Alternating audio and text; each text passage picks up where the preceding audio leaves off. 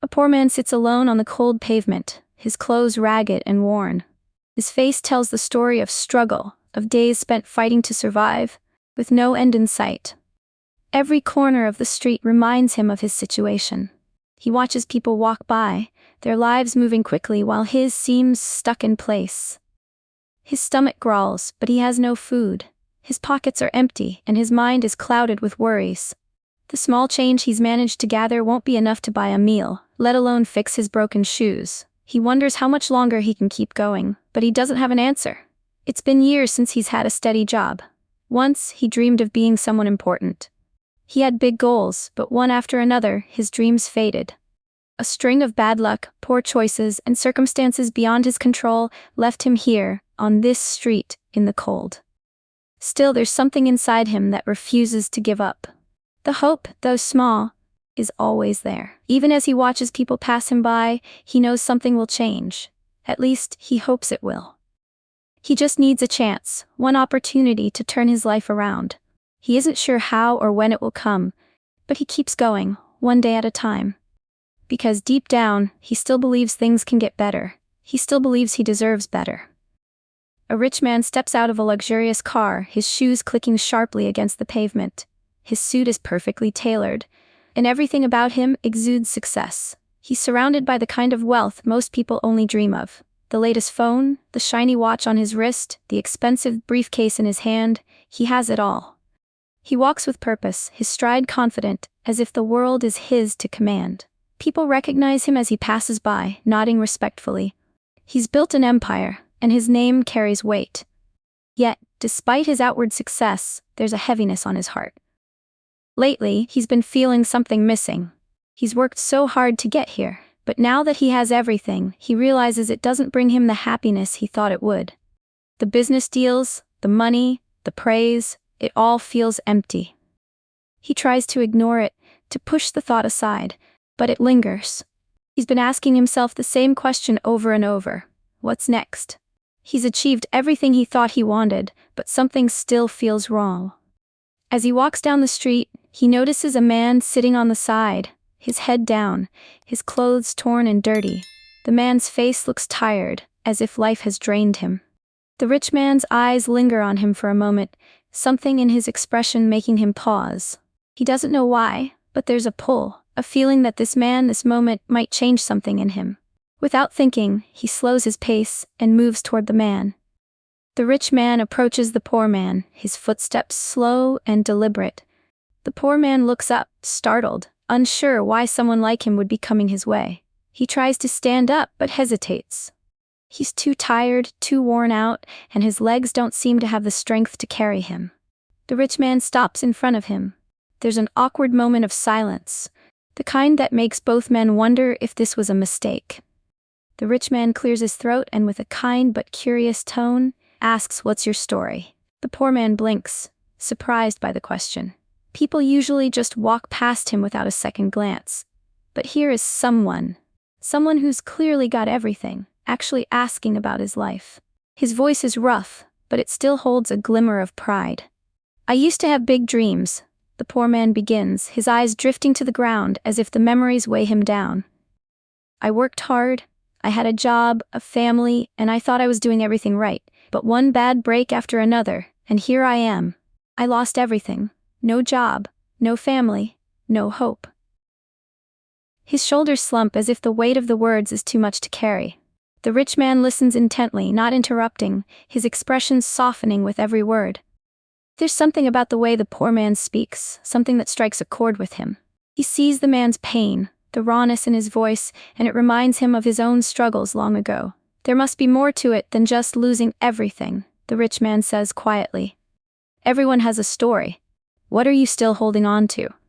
The poor man looks up, his eyes filled with a mix of confusion and hope. "I don't know," he admits. "Maybe it's the chance to try again. I still believe I can turn things around, but I don't know how. Everything feels out of reach." The rich man nods slowly, the gears turning in his mind. He's heard these words before, from people in his own past. The desire for a second chance, the drive to keep going despite all odds. He knows exactly what this man is feeling, because he's been there too. For a moment, neither of them speaks. The rich man's eyes never leave the poor man's face. And in that moment, something inside the rich man shifts. The rich man takes a step back, his thoughts swirling. He had come here without a plan, just another day in his busy life.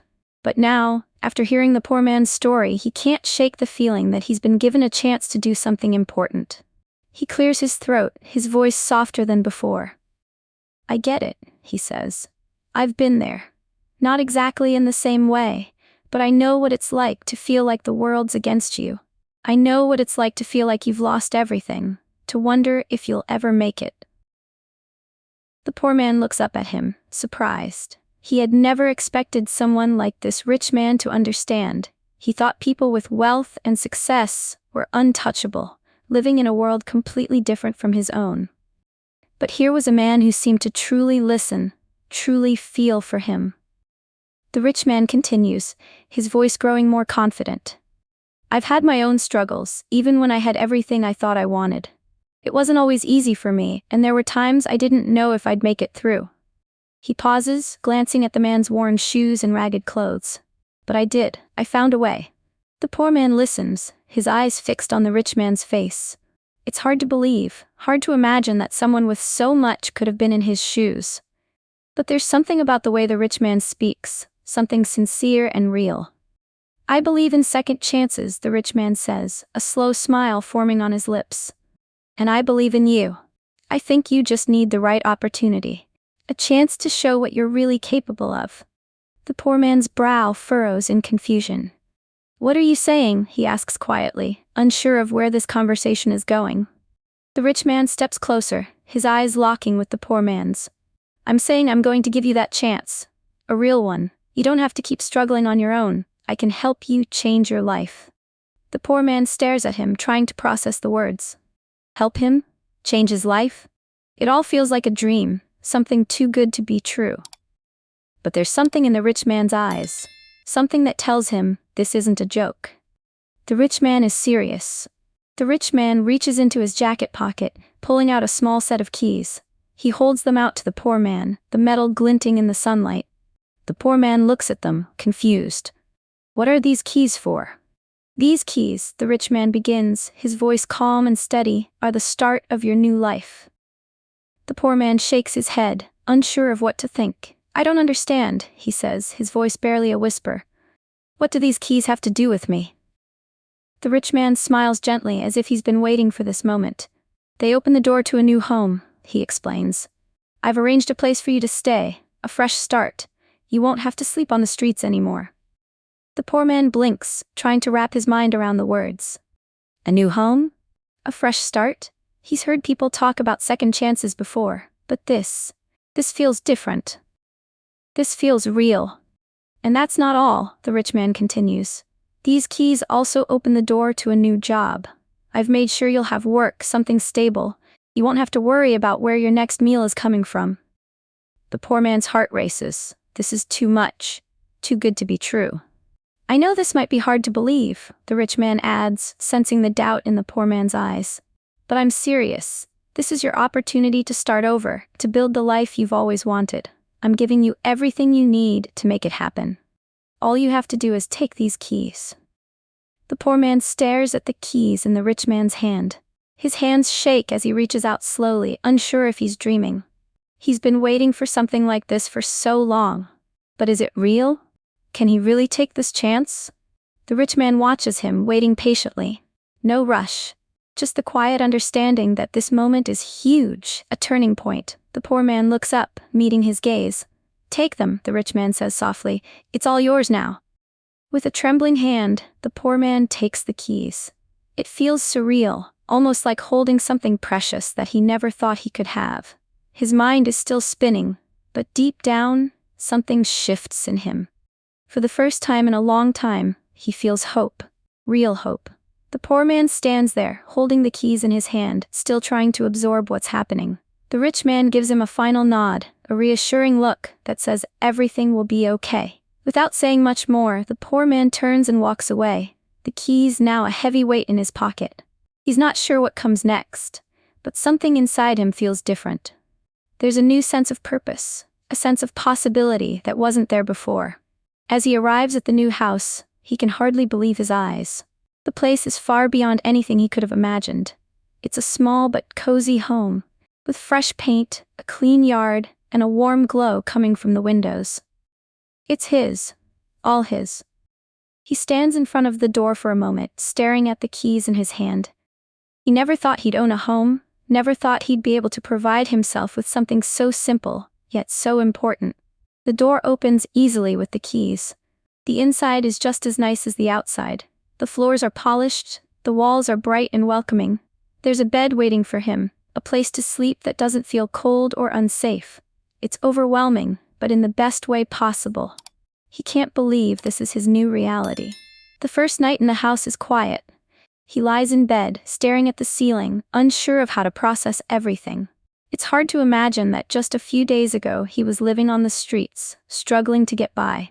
Now, he has a home, and more importantly, a second chance at life. The next morning, he wakes early, eager to start the new chapter. He heads to the new job that the rich man arranged for him. It's not glamorous, but it's steady work. And for the first time in a long time, he feels a sense of pride as he clocks in. Every day, he works hard, showing up with a smile and doing his best. Slowly, he begins to see the changes. His life is no longer a cycle of desperation. It's a life he can build, step by step, piece by piece. The rich man checks in on him every few weeks. He doesn't give him handouts or make things too easy. Instead, he offers guidance and encouragement when needed. He gives the poor man space to grow, but always lets him know he's there if he needs help. The poor man begins to understand the value of hard work and the power of having someone believe in him. With each passing day, he feels more like himself, more confident in his ability to succeed. He's no longer just surviving, he's living. Time passes, and with each day, the poor man grows stronger, more confident in himself. The new job, the home, and the steady routine start to shape him into someone he didn't recognize before. His hands, once trembling from worry, now work with purpose. His eyes, once filled with sadness, now sparkle with hope. He starts saving what he can, little by little. Every penny he puts away is a victory, proof that he's no longer stuck in a life of uncertainty. He even begins to make small improvements to his home, planting flowers in the yard and fixing the broken fence. It feels good to take care of something that's his. Soon, he becomes known in the community for his hard work. People notice the change in him. His coworkers greet him with respect, and his neighbors smile when they see him working outside. They see someone who's determined, someone who doesn't give up. The poor man no longer feels like an outsider. He's part of something, part of a world he never thought he could belong to. Every day feels like a step closer to the person he's always wanted to be. He doesn't just focus on his own growth anymore. He looks around and starts to see the people who are still struggling, people like he once was. He knows what it feels like to be invisible, to feel like there's no way out. So he begins to reach out. He helps a neighbor fix a leaky roof, gives advice to a younger man struggling to find a job, and helps a single mother with groceries. It's not much, but it's something. And for the first time, he realizes how good it feels to give back. He's no longer just thinking about his own survival. He's thinking about how he can make life a little easier for others, just like someone once did for him. As the months go by, the poor man's life continues to change in ways he never thought possible. He's no longer the man who sat on the cold pavement, dreaming of a chance. He's someone with a future, with hope and with purpose. One evening, as he sits in his small but comfortable living room, looking out the window at the street below, he reflects on everything that's happened. He thinks about the rich man, the one who saw him when no one else did, the one who believed in him when he had almost given up on himself. That moment, when the rich man handed him the keys, feels like a lifetime ago. But the impact of that one act of kindness has rippled through his life in ways he can't fully describe. The poor man realizes something important. Life isn't just about the things you have or the wealth you accumulate. It's about the chances you get, the opportunities to rebuild, and the people who believe in you when you don't believe in yourself. He understands now that his new life isn't just a result of hard work. It's a result of someone else's belief in him. Someone who saw his potential when all he saw was failure. And that's what truly changed everything. The poor man smiles as he thinks about how far he's come. He's no longer stuck in the past, holding on to regrets or wondering what could have been. He's focused on the future, on the life he's building, and on the people he can help along the way. And with that realization, he knows that his journey isn't over. It's just beginning.